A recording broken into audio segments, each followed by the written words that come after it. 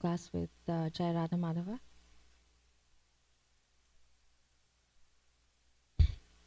Jayo Radha Madhava Jayo Kunja Vihari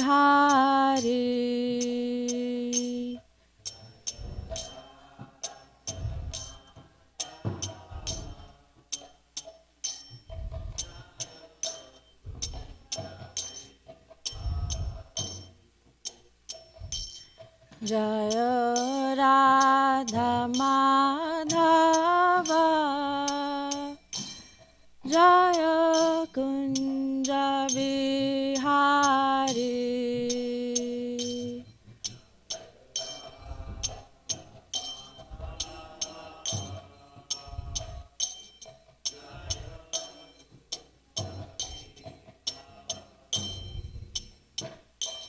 Jaya Radha Madhava Jaya Kunja Vihari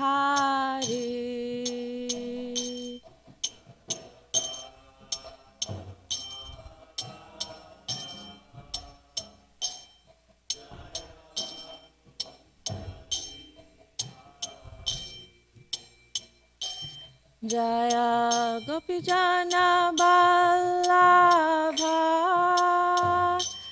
Jaya Girivaradhari Jaya Girivaradhari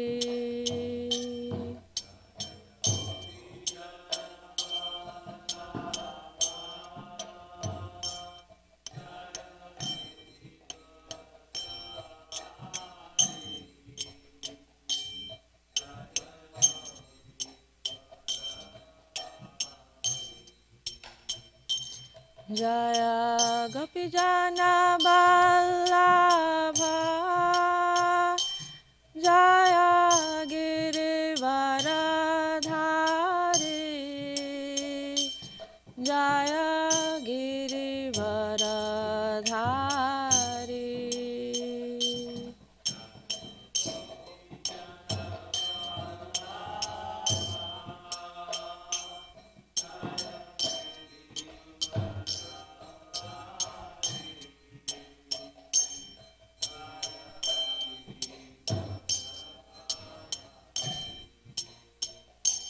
Jaya Yashodanandana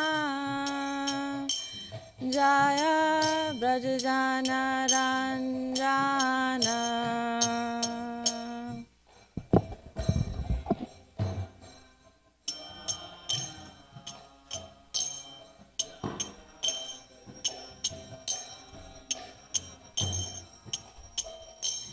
Jaya Yashodanandana Jaya Brajajana Ranjana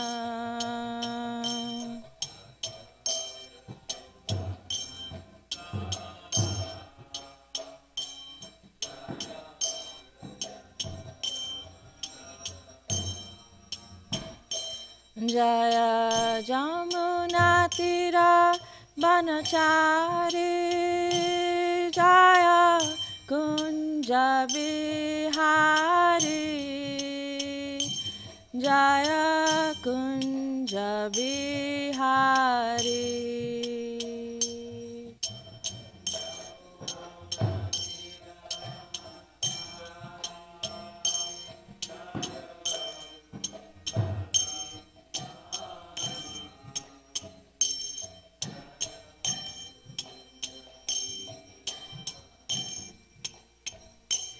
Jaya Jamunatira Vanachari Jaya Kunja Vihari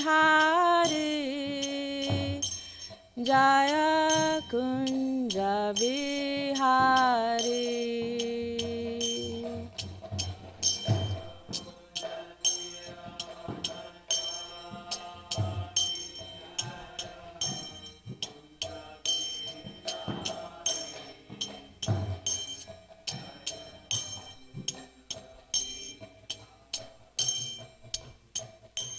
Jaya Radha Madhava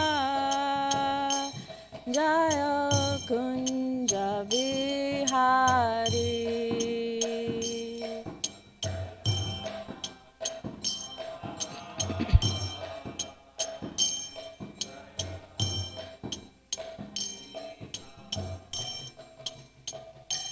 Hare Krishna,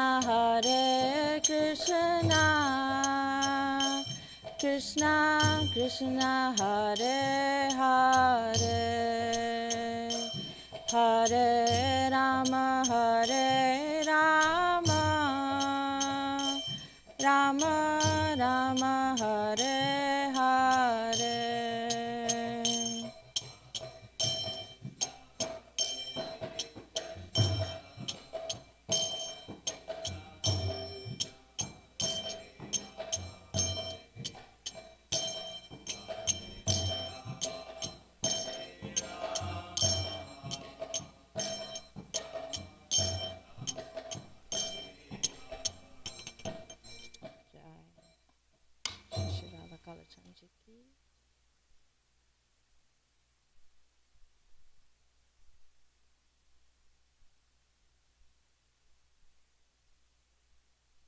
Om Namo Bhagavate Vasudevaya.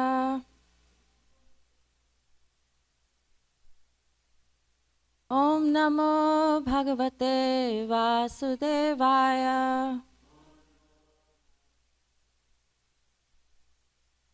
Om Namo Bhagavate Vasudevaya.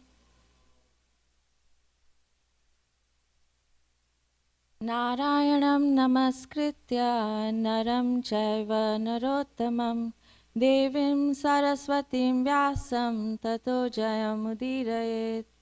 Before reciting this Srimad Bhagavatam, which is the very means of conquest, one should offer respectful obeisances unto the personality of Godhead Narayan, unto Narayan Rishi, the supermost human being, unto Mother Saraswati, the goddess of learning, and unto Srila Vyasadeva, the author.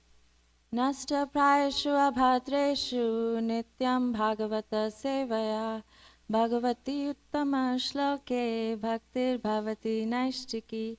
By regular attendance in classes on the Bhagavatam and by rendering of service to the pure devotee, all that is troublesome to the heart is almost completely destroyed, and loving service unto the personality of Godhead, who is praised with transcendental songs, is established as an irrevocable fact.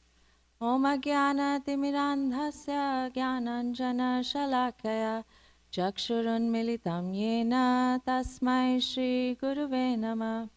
I was born in the darkest ignorance, and my spiritual master opened my eyes with the torch of knowledge.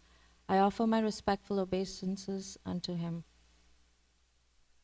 Hare Krishna, dear devotees. Today we will, today's speaker's choice. We will do a lot of reading today. So I was meditating. Mondays normally Rupanuga Prabhu gives classes, and last time he gave class, he was mentioning about the time of death and about how we may not have devotees around us, and living our life affairs may be so difficult that we may even forget Krishna.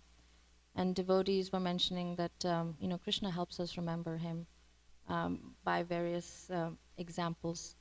So based on those meditations, I was thinking of what verse to speak on, and I was curious to read Gajendra's prayers of surrender. So I picked Srimad Bhagavatam, Canto 8, Chapter 3, Verse 1. So if you have your phones, please. Canto 8 is withdrawal of the cosmic creation. And we'll do a lot of reading, so we will pass the microphones around. Does everybody have Srimad Bhagavatam 8:3-1? Shri Badarayani Ruvacha Evam Vyavasito Buddhaya samadhaya manohridi jajapa paramam japyam pragjanmanyanushikshitam evam vyavasito buddhaya samadhaya manohridi jajapa paramam japyam pragjanmanyanushikshitam. Please chant. Shri Badarayaniruvacha evam vyavasito buddhaya samadhaya manohridi jajapa paramam japyam pragjanmanyanushikshitam.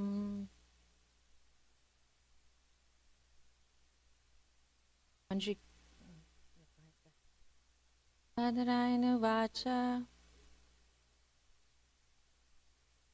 evam vyavasito buddhya samadhaya manohridi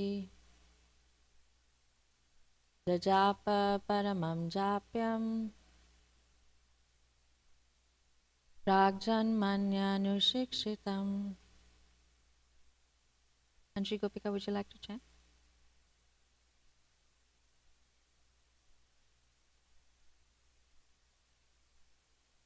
Shri Badarayaniruvacha evam vyavasito buddhya samadhaya manohridi jajapa paramam japyam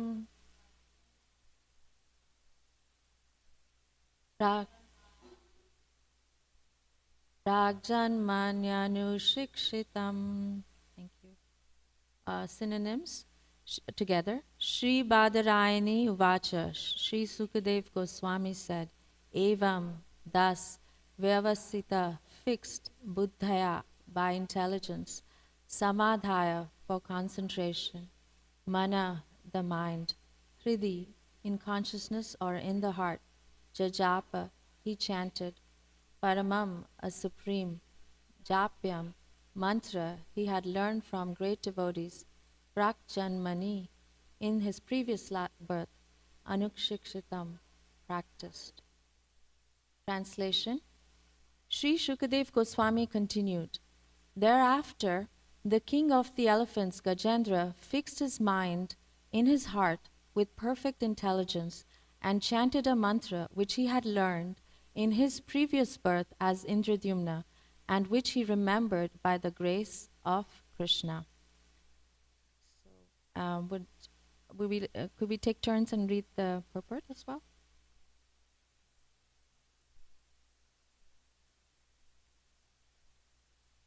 Point 1.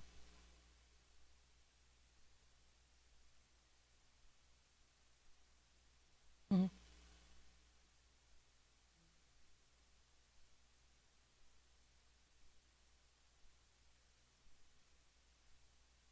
I can start. Such remembrance is described in Bhagavad Gita 6.43-44. Tatra tam buddhi samyogam labate parva dehikam yatate cha tato bhuya samsidho kurunandana purvabhyasena tenaiva hriyate hyavashopisa.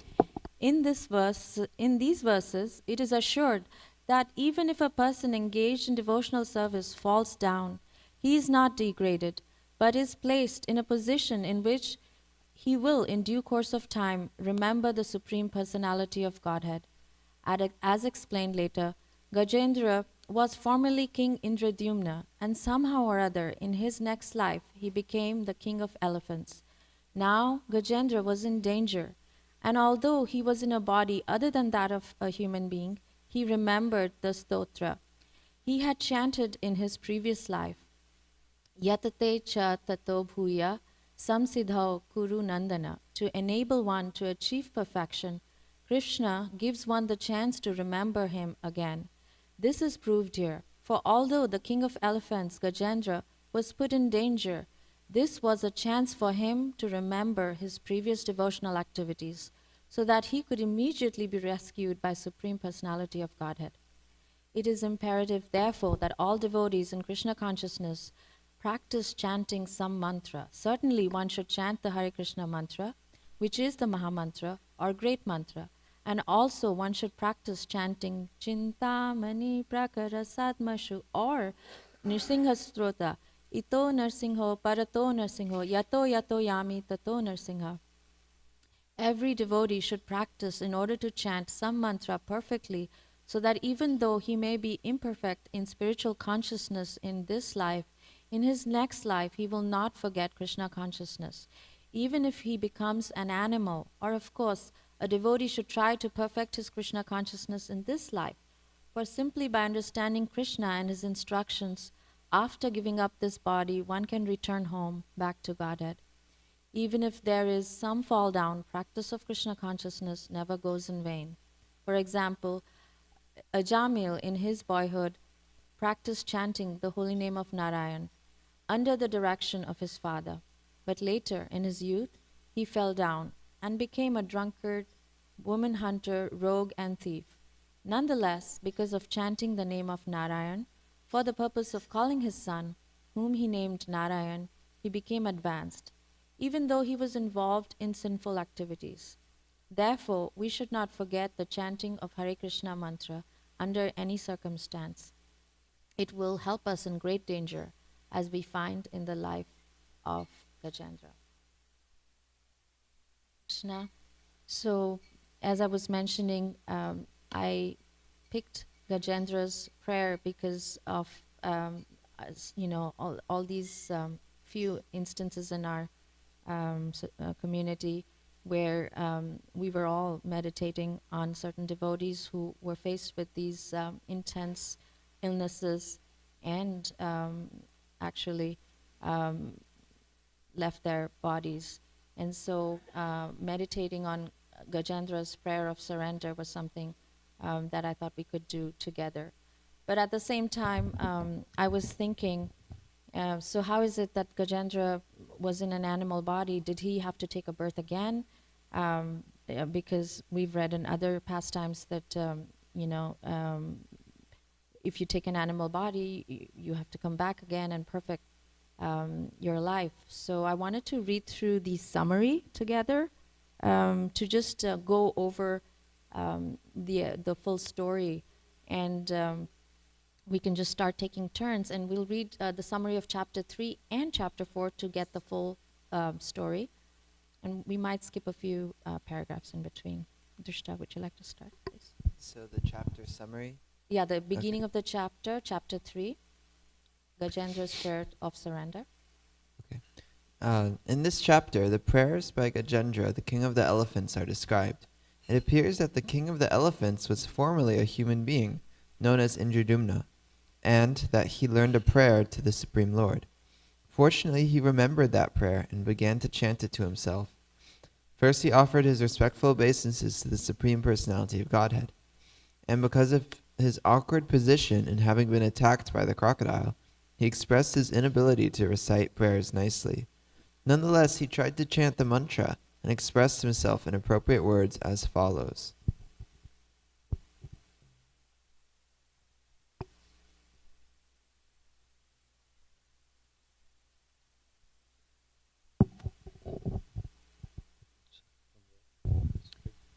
We can start actually, now we have the prayers, and we'll go into detail when we come to this.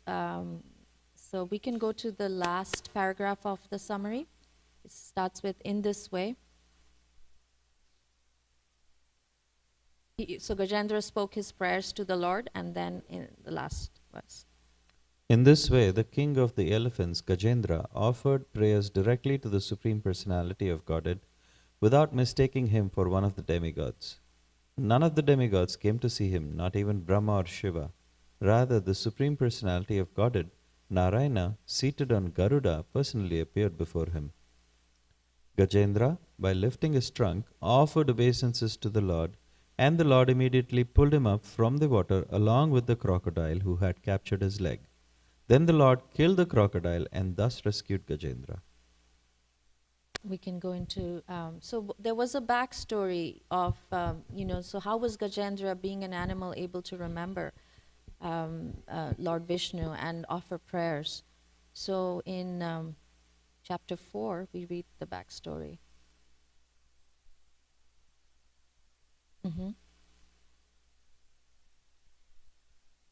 It's titled Gajendra Returns to the Spiritual World.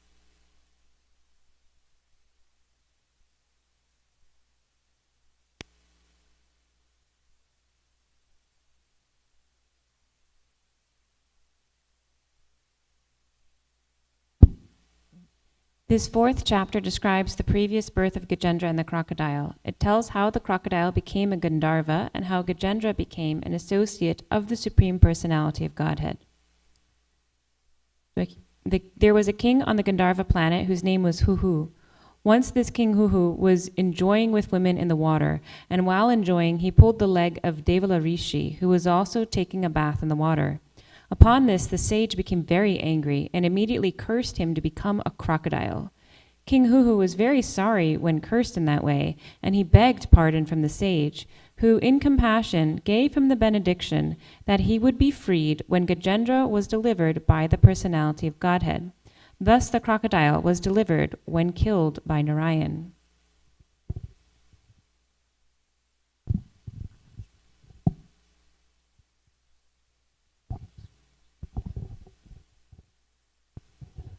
When Gajendra, by the mercy of the Lord, became one of the Lord's associates in Vaikuntha, he got 4 hands. This achievement is called Sarupya Mukti, or the liberation of receiving a spiritual body exactly like that of Narayana. Gajendra, in his previous birth, had been a great devotee of Lord Vishnu. His name was Indra Yamuna, and he was the king of the Tamila country following the Vedic principle. The king of the Tamila country. Following the Vedic principles, this king retired from family life and constructed a small cottage in the Malyachala hills, where he always worshipped the Supreme Personality of Godhead in silence. Agastya Rishi, along with many disciples, once approached King Indrayamuna's ashram, but because the king was meditating on the Supreme Personality of Godhead, he could not receive Agastya Rishi properly. Thus the Rishi became very angry and cursed the king to become a dull elephant. In accordance with this cure, the king was born as an elephant, and he forgot all about his previous activities in devotional service. Nonetheless, in his birth as an elephant, when he was dangerously attacked by the crocodile, he remembered his past life in devotional service and remembered a prayer he had learned in that life. Because of this prayer, he again received the mercy of the Lord. Thus he was immediately delivered, and he became one of the Lord's 4-handed associates.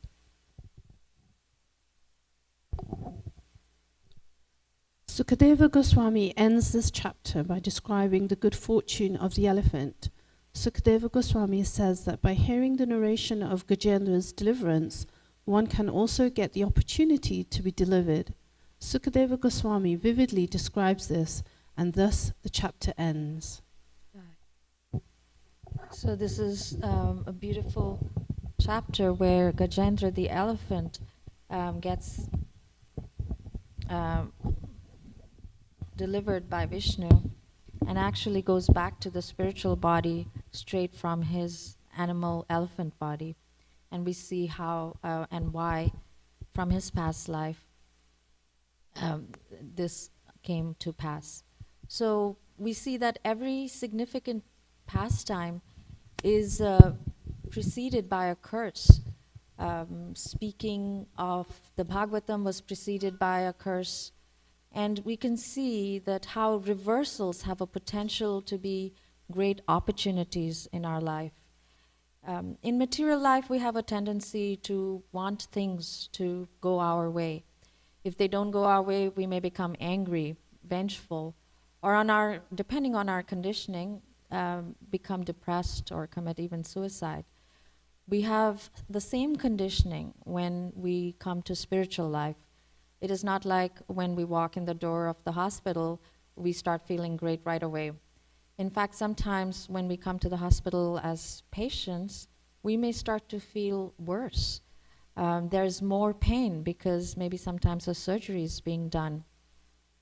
And that is the process of taking the disease out. And then right after the surgery, we also have limitations on diet and movement. Similarly, life in spiritual life is coming to the hospital of the heart. There is going to be a lot of difficulty, and sometimes even more difficulty than if we remained with the disease. One of the difficulty is we expect things to go our way, even in spiritual life. I'm coming to Krishna, for my example, I'm coming to Krishna, I'm doing so many morning programs, I should start to reap the benefits of it. My, relationships, my family life should all be flowing smooth, and my job should just be effortless, and everything should be going well. But the problem is that if things went our way, we would really not grow much in Krishna consciousness, because bhakti is not about getting things to go our way, but it's about seeking shelter. Our goal is seeking Krishna. So reversals come, and one of the problems is that reversals that come in our life are not the reversals that we like. We have like a list of reversals that we can accept. We say, okay, this reversal that's coming to me, Krishna, is not on our list. So situations in our life are like, the waves of the ocean constantly changing and crashing. We have to, seek deeper than what appears. Constant current that is steady and even peaceful, which is below the constant changing of ocean waves. Sometimes things are going our way, sometimes there's severe disruptions in our lives. The purpose of the disruption is to break us from our complacency, not be satisfied on the surface, give us the need to dive deeper, to connect with what the constant current of truth is. So I was just reading some of the summarization of what I heard from a lecture from His Holiness Radhanath Swami on this topic. And I was really drawn to his way of processing how when difficulties come our way, we, instead of, we seek Krishna's shelter, and we use these difficult situations to break our complacency and go deeper into our sadhana, bhakti. Also from the prayers of Gajendra, from the purport, we can see how Gajendra remembered prayers from his last life.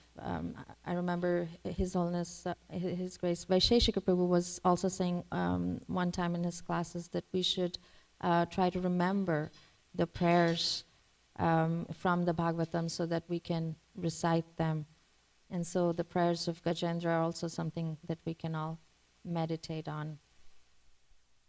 Wanted to see if anybody would had some personal experiences that they would like to share about reversals that they might have faced, or any realizations on those points.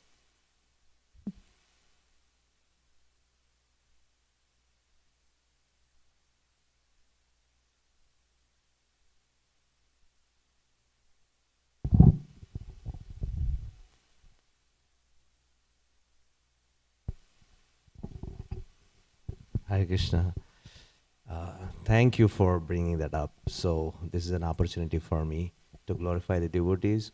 There are many such incidents, but the one that comes to my mind right away is after moving to Dallas, how I had a, long story short, I had a very chronic backache issue. And then finally one day I just collapsed. And then I was scheduled for the spinal surgery. So during that particular period, I was sharing this yesterday with few other devotees. So I can still recall when I was going through that ordeal, and such severe pain I had, and not only just in the back, but especially in my right leg, all through the leg. I could not budge my leg an inch. If I did that, then it would be like a bullet just shooting into my brain. The pain was so excruciatingly painful. You know, I mean, I couldn't tolerate it. I was like sleepy, but then I couldn't fall asleep. Anyways, so during that particular phase, the holy name that I chanted, it was never before and never after. So that was my realization. And I would also take this opportunity to thank all the devotees here, wonderful devotees, including my good wife. She took care of me so well. And all these wonderful congregation devotees, they came forward. They were providing prasadam and mental support, monetary support, and everything. So I'm feeling grateful for everything. So that reversal was reversed in the beautiful spiritual experience by the grace of their lordships and the devotees. Thank you very much. Sure. We're made of the mercy and love of our devotees. And thank you for reminding us, because when these incidents happen in our life and we go past them, I tend to forget that these difficulties happened. And then when others are going through, I was like, oh yes, there was a time that I had the similar situation, and how Krishna's mercy, devotees' mercy, we went past it. Would anybody else like to share something?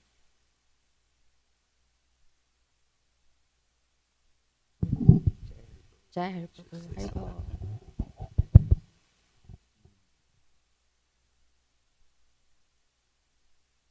Well, I can't really think of anything, but I have one kind of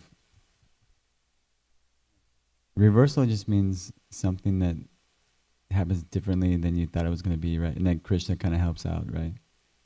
So it's like, I have one kind of story that I always, often think about. When I first became a devotee, I was living in a house 8 blocks away, and we used to do these Bhakti Vriksha programs where we would it was kind of like a house party. We would just go different house every week. And so even though I was only around the temple for 2 days, it was already me and my roommate's turn to host the Bhakti Vriksha program. And I knew already enough to know that it was that you get some food and then you make the offering to Krishna and it becomes prasadam. So I was I took a bus to Fiesta, and I was a bartender before, so I was well, I can't cook. I'm not a cook, but I can try to mix something up, make a drink, like a non-alcoholic drink, And so I was going to get all the juices and all the every kind of, and I was I want to get the coconut juice that has the pulp in it, because that's the really good stuff, because I got to offer the good stuff to Krishna, And so I got those little bottles with the coconut with the pulp in it, and then I got the orange juice and apple juice and milk and I got bags of ice, and I didn't know we had to do everything ourselves, so I got the fruiteria. They chop up the fruit, and I got 3 boxes of that, and then I'm thinking oh, just I just want to get everything, whatever it is, I just want to get it for Krishna, and then even also this was the summer where it was so hot. This was 5 years ago where it was 105 outside or something like that, and so I was well. By the time I got to the Fiesta checkout station, I was thinking oh, should I put some of it back? And I was no, you can't put anything back that you want to give to Krishna, And so I was okay, just keep going, just put everything. And I had a plastic bag, 2 plastic bags per finger, and it was super heavy, and I had that red lines on my finger, and I didn't know how I was gonna make it.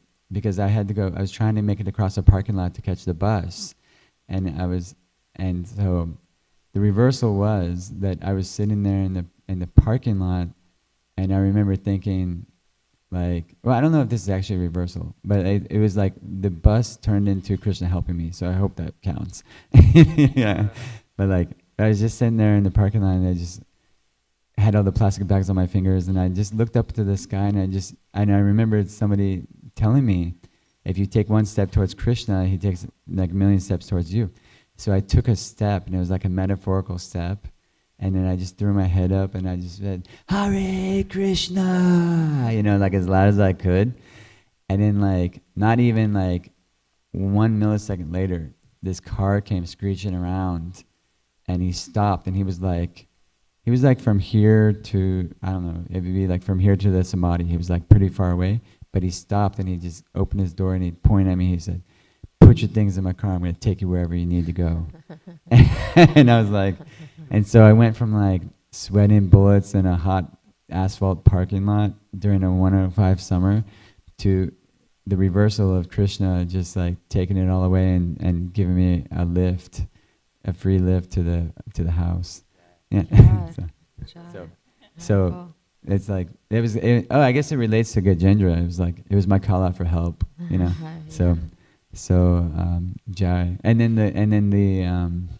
the man was like kind of like a yogi kind of person, and so he goes, "Oh, what are you doing?" I was like, "Oh yeah, we're going to chant this awesome mantra. You want to hear it? Hare Krishna, Krishna Krishna, Hare Hare, Hare Ram, Ram Ram, Hare Hare." And then he's like, "Oh, okay, I've never heard that before. I like to stay grounded." And I was like, "Yeah, this will ground you. Just keep chanting, And then like when we got back and we put all the groceries on the counter, there's a table on the front porch.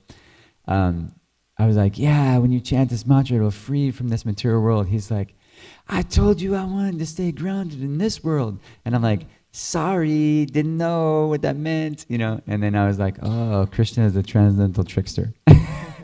So that was a reversal for him too, That he wanted to stay grounded, and now he's too late. He's done. He already chanted Hare Krishna with me. Everything heard it. Thank you, Jai So, Hari yeah. Prabhu, and welcome back. And I hope you stay a few more days here.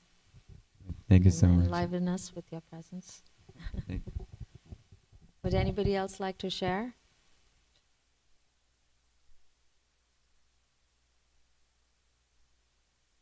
I can share one more while you're thinking.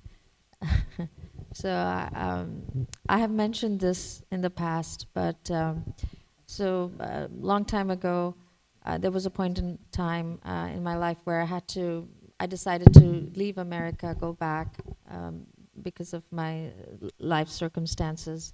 So I sold everything I owned, had a condo in LA, sold that, or basically got that in the process of selling, which is called the escrow. And so went back to India, and it was a difficult time in my life, and so I was just recuperating from the difficult trauma. And within a month or two of going back to India, the escrow actually fell apart. The person who was going to buy the property backed out. And so I was left with debt to pay back, and I was back in India.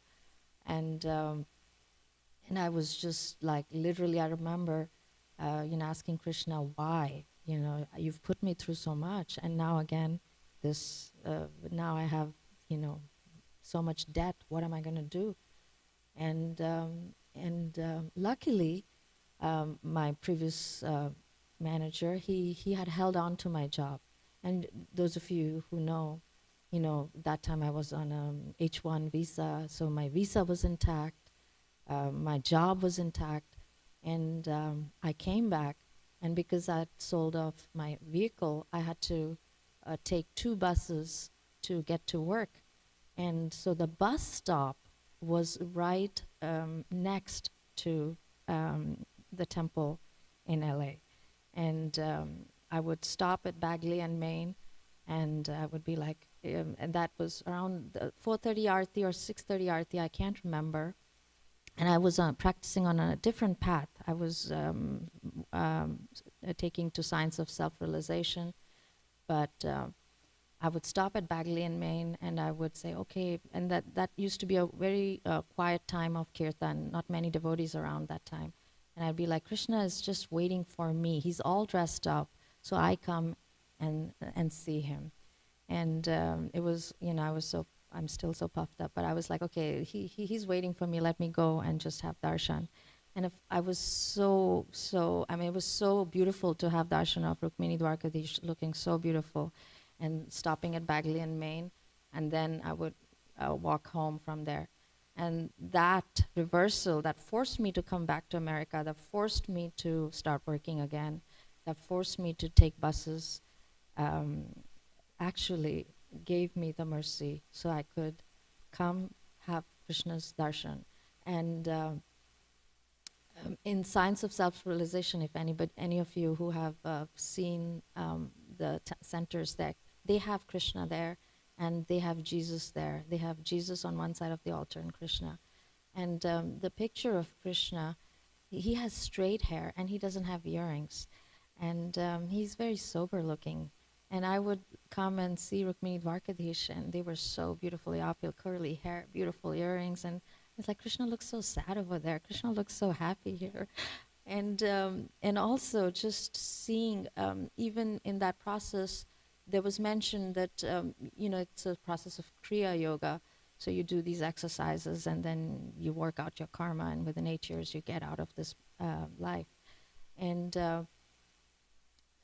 but there was mention in the verses, in the book, that if you don't have devotion, then these exercises will not help you. But there was no mention of how to get the devotion. So then I was coming to the ISKCON temple, Rukmini Dwarkadish's temple, and I would see, even if I didn't know anything about their practices, you could feel how much devotion the pujaris had when they were doing the artis. And it was, I could feel, and I see like here that Krishna is being worshipped, and the devotees and the pujaris have so much devotion. And so gradually my heart was softened, purified, and mercy of devotees. I switched parties, I jumped ship, and I took to Krishna consciousness. So that was an example of a reversal in my life that ultimately gave me the association of you wonderful devotees.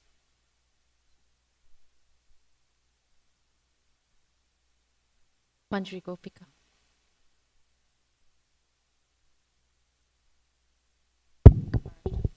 Hare Krishna. I don't really have one to share. Mine was the same as Gokulananda's, but you made me remember His Holiness Radhanath Swami Maharaj. I was just thinking about his book, The Journey Home, and how he thought like he had hit the jackpot. He had his best friend Gary, and then his other friend, whose name I can't remember right now. They were going to take the whole summer off and travel through Europe, and their friend had all this money, and so he was going to fund the entire trip. So they were going to stay at hostels, and they were going to take buses and trains and go all across these beautiful places in Europe. But then they got to England, was it? And their first night they camped out, and when they woke up, all the money was gone. And so the friend who had the money, he was like, the money's gone, I gotta go home. Like, his parents paid for a flight ticket home, and Gary and Radhanath Swami decided to stay. And I was just thinking, like, Maharaj faced so many problems in that book, and he learned a lesson out of all of them. But really the whole spiritual journey began with that one big problem of, oh my God, now we have no money, what are we going to do? And so it forced them to take a completely different path and really rely on God. So there would have been no big spiritual journey without that huge reversal of fortune. Yeah, thank you so much. And the topic also was a beautiful class by His Holiness Radhanath Swami. So, how to see. So if anybody wants to look it up, I can share the link for the class by His Holiness Radhanath Swami. We can... I just remembered, since you mentioned, and she also mentioned about Radhanath Swami. So I remember my senior god brother shared this. So they said Radharana Swami was given the personal instruction by his spiritual master, his divine guest, to serve Kirtananda Swami. Okay. And long story short, so some sort of deviation happened during that particular period, and yet Radharana Swami didn't give up serving him. So although, people started accusing, so to say, that, why are you sticking on to him? He's not, ISKCON anymore, or, so on and so forth. But he was so much dedicated to that personal instruction by his spiritual master. And this God brother said, just see, after that everything changed. That was a reversal he was going through, but just see Krishna's mercy and reward that he's reaping now because of that sincere dedication to the personal instruction of his spiritual master. Although he wanted to be always in the back, but he was forced to come in front.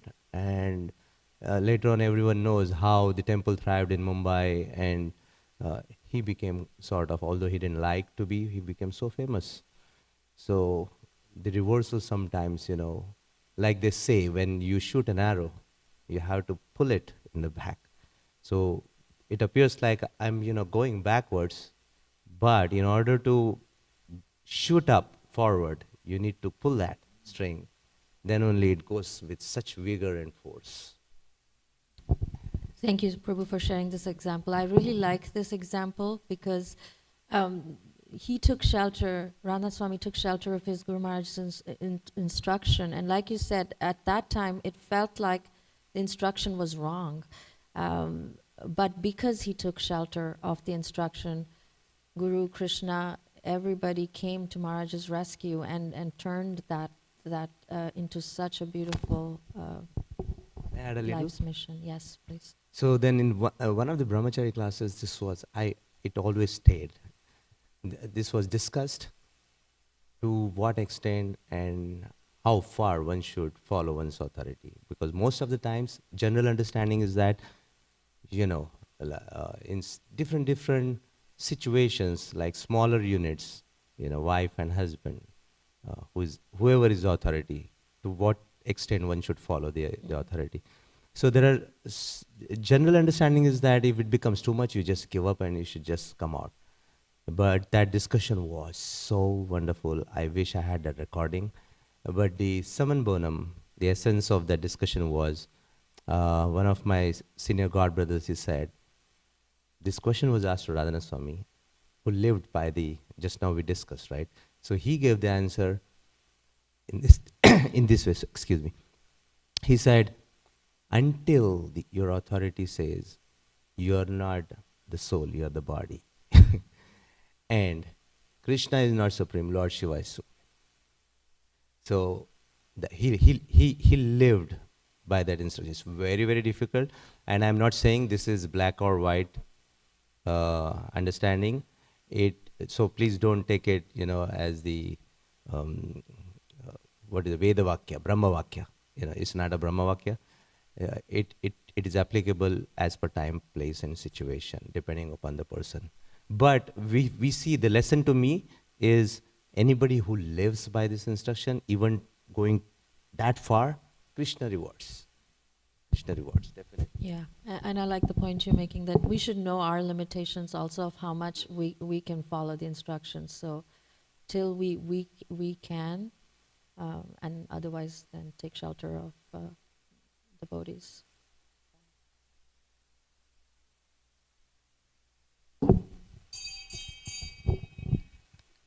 When I was 24, I lost my brother, who I was very close to, in a plane crash. And at that time, I could have become very bitter and frustrated and angry. But fortunately, God had just woken me up about a year before that, and taken me from an agnostic to a believer with my aha moment, which He does with everyone. And so at the time of my brother's death, I suddenly started looking around me, and I realized how it woke everybody up that was attached to it, how they all of a sudden they started appreciating each other, They started reevaluating their lives. They started reevaluating their relationship with God. And I just realized that it would be nice if we could all do that without adversity and loss, but we're human and we're in the material world and we're just not going to do that. So that's Krishna's way of making us appreciate what we have and appreciate him and draw closer to him. So. Thank you. Thank you. Jai. With that, we'd like to end Srimad Bhagavatam ki Jai. Prabhupada ki Jai. Gaur Bhakta Vrinda ki Jai.